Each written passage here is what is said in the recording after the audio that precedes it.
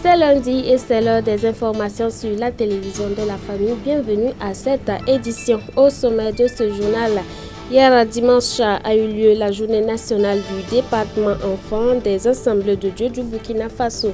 La célébration officielle a eu lieu à l'église des Assemblées de Dieu de Lafiabougou à Bobo-Dioulasso.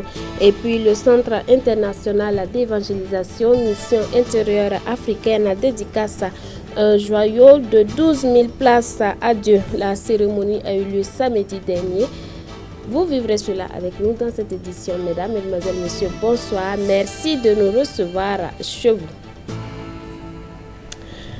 Après Ouagadougou en 2019, Bobo-Dioulasso a abrité cette année la célébration de la journée nationale du département enfants des Assemblées de Dieu du Burkina Faso qui porte une attention particulière à l'éducation chrétienne.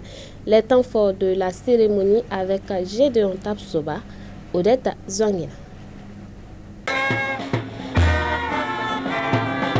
Bobo-Dioulasso est à l'honneur ce 12 janvier.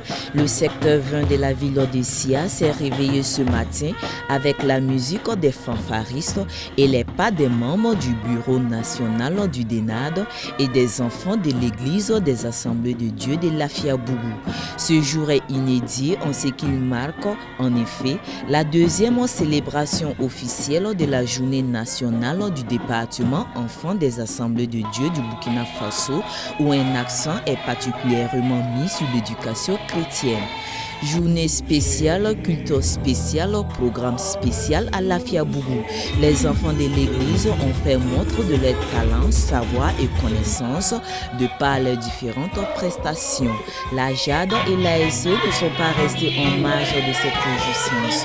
Elles ont apporté les touches personnelles pour embellir la cérémonie.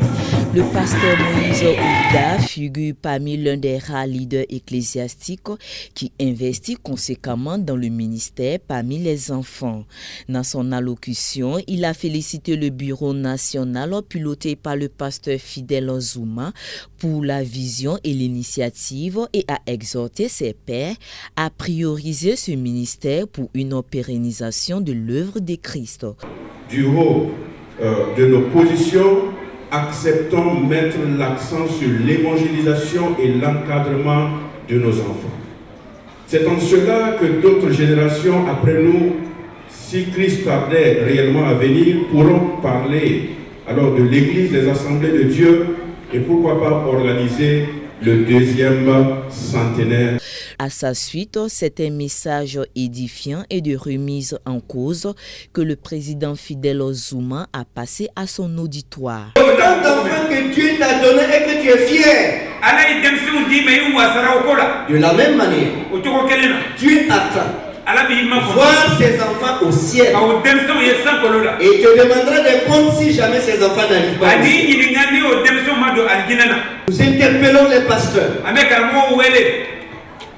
Et l'église n'est pas seulement les personnes âgées. L'église n'est pas ceux-là seulement qui peuvent prélever la dîme et les offrandes. L'église n'est pas ceux-là qui peuvent contribuer pour construire une église. Mais l'église, c'est aussi ces enfants qui sont assis. La région de Bobo a été fort complimentée et honorée à cette occasion de par la place de choix qu'elle accorde aux enfants. Le président du DENAD a convié les régions sœurs à emboîter leur pas. Conscient de l'enjeu et digne d'intérêt, le représentant du Laango a repris la motion de recommandation des enfants qui se résume en ces 3 points. Premièrement, à l'instauration d'un culte familial. Deuxièmement, à l'instauration d'un culte d'enfants ou culte de dimanche dans toutes les églises des Assemblées de Dieu du Burkina Faso. Et troisièmement, à un retour à l'éducation chrétienne pour faire des enfants des disciples de Christ. Voilà, suivons à présent quelques réactions à la fin du culte au micro de Gédéon Tapsoba, Odette Zongina. Je suis content pour le travail des moniteurs. Ils nous ont aidés à chanter, à prester, à faire des ballets, tout ça. Donc je les remercie. Donc je voulais dire un mot aux enfants. Je les souhaite une bonne et heureuse année 2020 et que Dieu nous donne la paix à notre nation.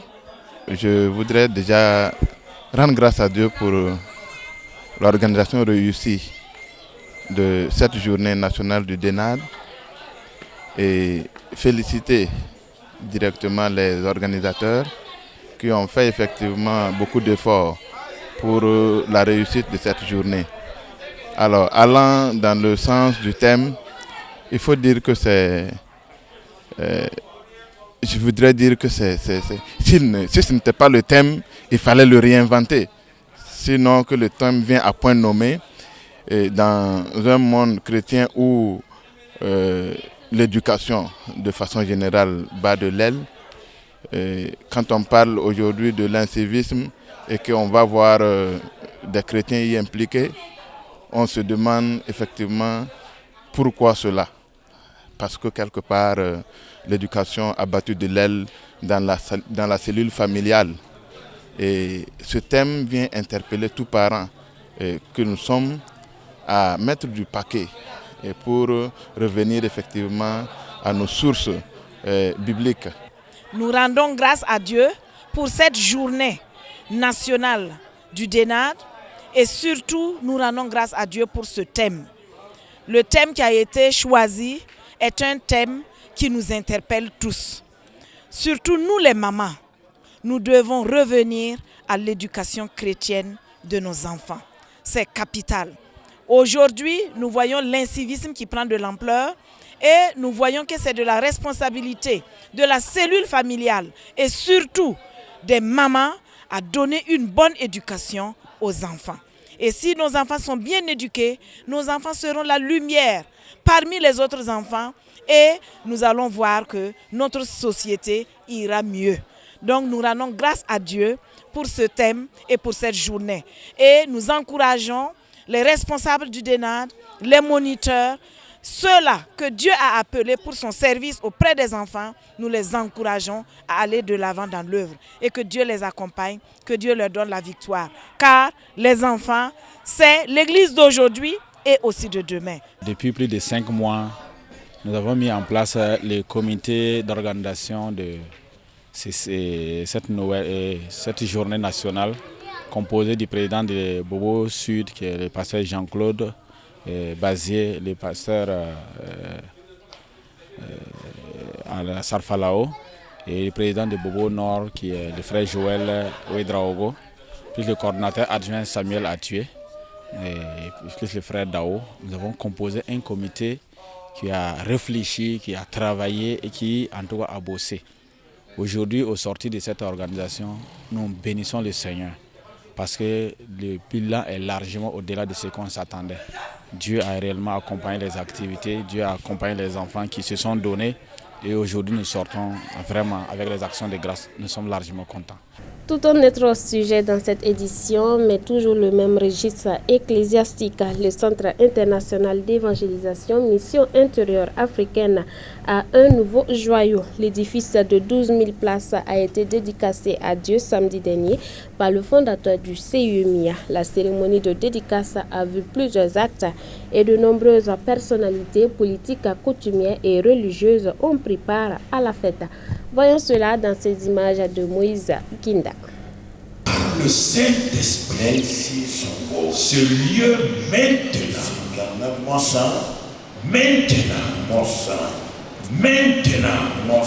soit rempli de ta présence. Il y a douce présence qui console, qui guérit. Voici la prière qui vient consacrer le tout nouveau temple à Eden Tabernacle Bethel Israël à Dieu, son initiateur. Une église de 12 000 places qui a refusé du monde ce samedi 11 janvier 2020 à l'occasion de la dédicace de Eden TBI construit en 18 mois dont l'architecte est l'un des fidèles de l'église. Il y a des symboles à l'intérieur du bâtiment. Par exemple, le symbole de la Trinité. Vous allez voir, il y a 3 zones dans le bâtiment qui forment le corps du bâtiment. Il y a le symbole de l'Alliance. Les 8 colonnes libres que vous voyez symbolisent le premier bâtiment en 1987, le second en 2000 et nous avons voulu en conserver ces colonnes. Il y a 8. Il y a dans le bâtiment toujours, pour la Trinité, il y a les mezzanines triangulaires. Dans le bâtiment, il y a le chiffre de la perfection, 7 zones assises. Vous pouvez les compter. En dehors du bâtiment, comme symbole, les figurines symbolisent les nations. Il y en a 12. Vous pouvez dire que ce sont les 12 apôtres. Tout le chiffre 12, il y a dans la parole de Dieu. L'église étant placée sous la responsabilité du pasteur Hortense Karambiri, l'épée du Saint-Esprit qui est la parole de Dieu et les clés du temple lui ont officiellement été remises. D'abord, c'est une action de grâce et nous bénissons vraiment le Seigneur pour ce qu'il a fait. Je crois que, étant une œuvre vraiment divine, nous n'avons pas d'autre choix que de prendre soin de cette œuvre-là. Aujourd'hui, peut-être c'est un témoignage public et lors de cette dédicace, sinon je suis déjà dans cette responsabilité, mais ce que je peux dire, c'est simplement avec beaucoup d'humilité, et compter sur la seule grâce de Dieu, compter toujours sur le Saint-Esprit qui m'a toujours conduit. Et je crois que par la seule grâce de Dieu, nous ne pouvons pas dire que l'Église ne fonctionne pas bien. Ce n'est pas l'œuvre d'une personne humaine, pas d'une femme. Mais pour ceux qui sont là, savent que tout se fait dans la conduite stricte du Saint-Esprit. Pour la petite histoire, c'est en 1975 que le jeune Karambiri, étudiant en France à l'époque, recevait une visite spéciale dans sa chambre, celle de Jésus. Et le Seigneur Jésus, lors de cette visite, lui instruisit les choses que son serviteur devrait accomplir. De l'obéissance de ces instructions est née d'abord une cellule au domicile du directeur général qui était devenu ce serviteur de Dieu à l'époque. Ensuite, un hangar, un petit bâtiment, puis un temple de 3000 places. Et aujourd'hui, ce joyau de 12 000 places qui est un temple de prière pour toutes les nations. Et le président de la Fédération des Églises et Missions évangéliques a de saluer l'obéissance du docteur Karambiri à sa juste valeur. D'abord, c'est vraiment une action de grâce. Nous bénissons le Seigneur pour le travail qu'il a fait ici au travers de ses serviteurs. C'est vrai qu'il y a le grand serviteur, le pasteur Karambiri Mamadou, mais il y a également tous ceux-là du CIE qui se sont engagés. Ce temple, on peut le dire, c'est un temple d'engagement parce que les uns et les autres se sont engagés pour que le Seigneur puisse permettre véritablement la réalisation de ce joyau. Et donc nous sommes dans la joie et nous voyons qu'à travers de cela, l'Église au Burkina est en train de grandir et prendre de l'ampleur. Or, nous sommes entrés dans les derniers temps et vraiment c'est très important que l'Église au Burkina Faso puisse aller de l'avant et puisse grandir d'abord à Ouagadougou mais également jusque dans les confins du Burkina. La cérémonie de dédicace de Eden TBI a vu la présence de plusieurs hommes de Dieu venus de partout et des personnalités du Burkina Faso. Eden TBI, ce siège du Centre international d'évangélisation, est un temple ouvert à toutes les nations.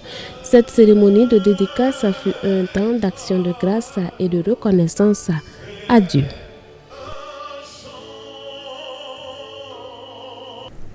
Eden TBI, Église des Nations, sera désormais une maison de prière pour tous les peuples, selon le docteur Mamadou Philippe Karambiri, qui a saisi l'occasion de la dédicace pour consacrer l'un de ses fils, Samuel Karambiri, comme prédicateur laïque. On voit cela dans ces images de Moïse Gilda. Au nom du Seigneur Jésus-Christ, par la volonté du Père et par l'autorité du Saint-Esprit, je remets cette Bible-là entre tes mains. Cette Bible-là. Maintenant, reçois cette grâce et que la présence de Dieu, le Dieu de ton Père, le Dieu qui m'a conduit, malgré mes erreurs, malgré mes faiblesses, malgré mes péchés, mais qui m'a sanctifié, qui m'a libéré, qui a fait de moi son serviteur, Je pose mes mains sur toi et je transmets cette grâce particulière. Nous allons intensifier les prières pour cette nation, cette belle nation du Burkina Faso, pour que nous puissions vivre dans la paix, dans la réconciliation, dans l'amour et le pardon. Et nous demandons afin que dans nos prières-là, que les autorités politiques, les autorités de la société civile, la jeunesse, les femmes, nous tous, nous nous asseyons, nous fassions une introspection pour voir est-ce que nous sommes nous-mêmes pour la réconciliation, est-ce que nous sommes là pour la paix, ou est-ce que nos attitudes sont des attitudes incohérentes qui font qu'il n'y a jamais d'entente. Parce que si l'ennemi se lève contre nous, parce qu'elle a vu des failles, si nous sommes unis, nous sommes sûrs, comme un seul peuple qui a un seul cœur, qui bat du même cœur et qui bat au même rythme là, nous sommes sûrs et certains que nous allons repousser l'ennemi. Donc c'est pourquoi nous avons mis ce bâtiment en place uniquement pour prier, que la grâce de Dieu soit sur les populations, sur les autorités et sur toute la jeunesse, afin que nous puissions vivre un havre de paix au Burkina Faso, comme il était autrefois reconnu le Burkina Faso un pays de paix et de joie. Le sens que je donne à Eden TBI, c'est tout juste un oasis qui est là pour que les gens viennent étancher leur soif, qui viennent pour du moins leur désir profond, caché, qui sont en eux, qu'ils viennent se ressourcer, se réconforter et aussi recevoir des conseils qui permettent vraiment que leur vie soit impactée, transformée et changée.